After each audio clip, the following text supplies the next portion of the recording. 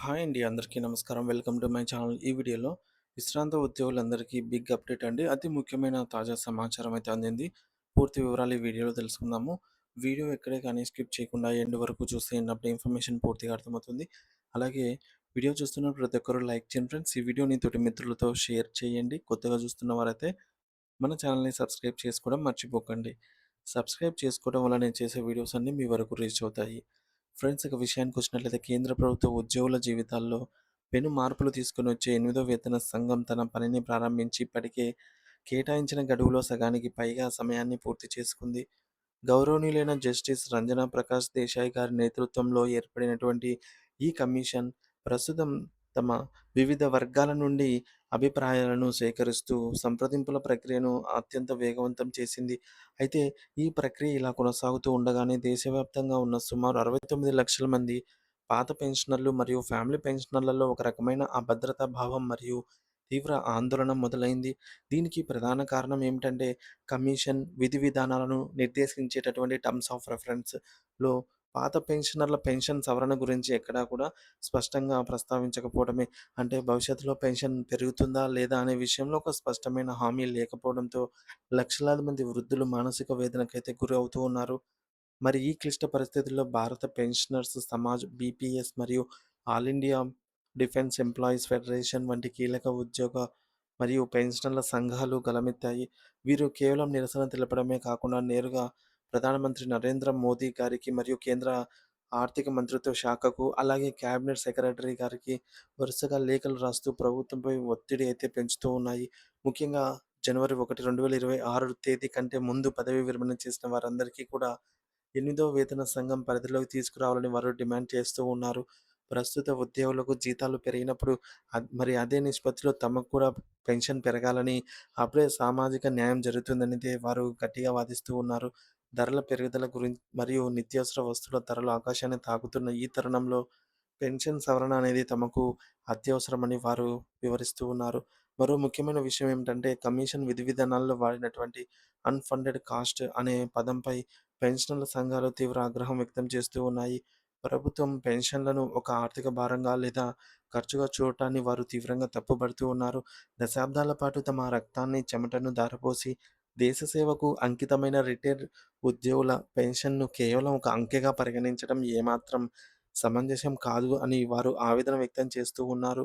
Pension అనేది ప్రభుత్వం ఇచ్చే భిక్షనో లేదా దాతృత్వమో కాదు. అది ఒక ఉద్యోగి తన సర్వీసు కాలంలో చేసిన సేవకు ప్రతిఫలంగా పొందే రాజ్యాంగబద్ధమైన హక్కు అని వారు గుర్తు చేస్తూ ఉన్నారు.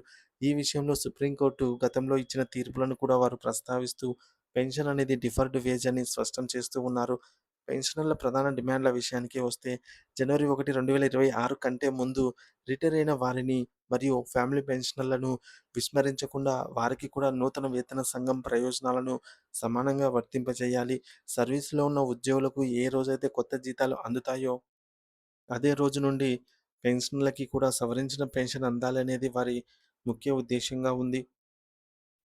అలాగే కేవలం ప్రధాన విభాగాలే కాకుండా గ్రామీణ డాక్ సేవకులు మరియు కేంద్ర స్వయం ప్రతిపత్తి గల సంస్థల్లో పనిచేసి పదవీ విరమణ చేసిన వారికి కూడా 8వ వేతన సంఘం ఫలాలను అందించాలని వారు కోరుతూ ఉన్నారు.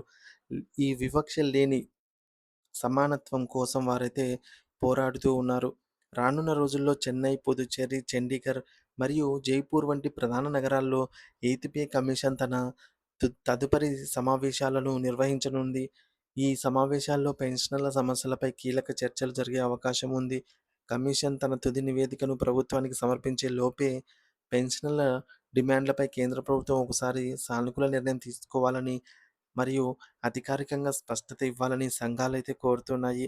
ఈ మొత్తం 69 లక్షల మంది సీనియర్ సిటిజన్ల జీవితాలతో ముడిపడి ఉన్నటువంటి ఈ యొక్క అంశంపై కేంద్ర ప్రభుత్వం ఎలాంటి నిర్ణయం తీసుకుంటుందోనని దేశమంతా ఆసక్తిగా ఎదురుచూస్తూ ఉంది. దీనికి సంబంధించి ఏ చిన్న అప్డేట్ వచ్చినా వెంటనే మన ఛానల్ ద్వారా వీడియో రూపంలో అయితే మీకు తెలియజేస్తాను ఫ్రెండ్స్. ఇక్కడ మనం ముఖ్యంగా గమనించాల్సిన అంశం ఏమిటంటే, 8వ వేతన సంఘం గడువులో సగం సమయం పూర్తయిపోయింది. జస్టిస్ రంజనా ప్రకాష్ దేశాయ్ గారు దీనికి అధ్యక్షత వహిస్తూ ఉన్నారు. దాదాపు 69 లక్షల మంది పాత పెన్షనర్లు తమ పెన్షన్ సవరణపై తీవ్ర ఆందోళనలో ఉన్నారు. కమిషన్ యొక్క టర్మ్స్ ఆఫ్ రెఫరెన్స్‌లో పెన్షన్ సవరణ గురించి స్పష్టత లేకపోవడమే ప్రధాన సమస్యగా అయితే నిలిచింది. అన్‌ఫండెడ్ కాస్ట్ అనే పదాన్ని తొలగించాలని, పెన్షన్‌ను ఆర్థిక భారంగా చూడవద్దని సంఘాలు డిమాండ్ చేస్తూ ఉన్నాయి. జనవరి 1 కంటే ముందు రిటైర్ అయిన వారికి కూడా కొత్త వేతన సంఘం ప్రయోజనాలు వెంటనే వర్తింప చేయాలని అయితే కోరుతూ ఉన్నారు. గ్రామీణ డాక్ సేవకులు మరియు అటానమస్ బాడీ ఉద్యోగులను కూడా ఈ పరిధిలోకి చేర్చాలని లేఖలు రాశారు. 8వ వేతన సంఘం విధి విధానాల్లో పాత పెన్షనర్ల పెన్షన్ సవరణ గురించి స్పష్టమైన నిబంధనలు లేకపోవడంతో దేశవ్యాప్తంగా నిరసనలు వ్యక్తమవుతూ ఉన్నాయి. పెన్షన్ అనేది తమ హక్కు అని, దానిని ప్రభుత్వం భారంలా చూడకూడదని పెన్షనర్స్ సంఘాలు ప్రధానమంత్రికి లేఖలు రాశాయి. రాబోయే పే కమిషన్ సమావేశాల్లో తమ డిమాండ్‌లు పరిష్కరించాలనైతే ఈ సందర్భంగా వారు కోరుతూ ఉన్నారు.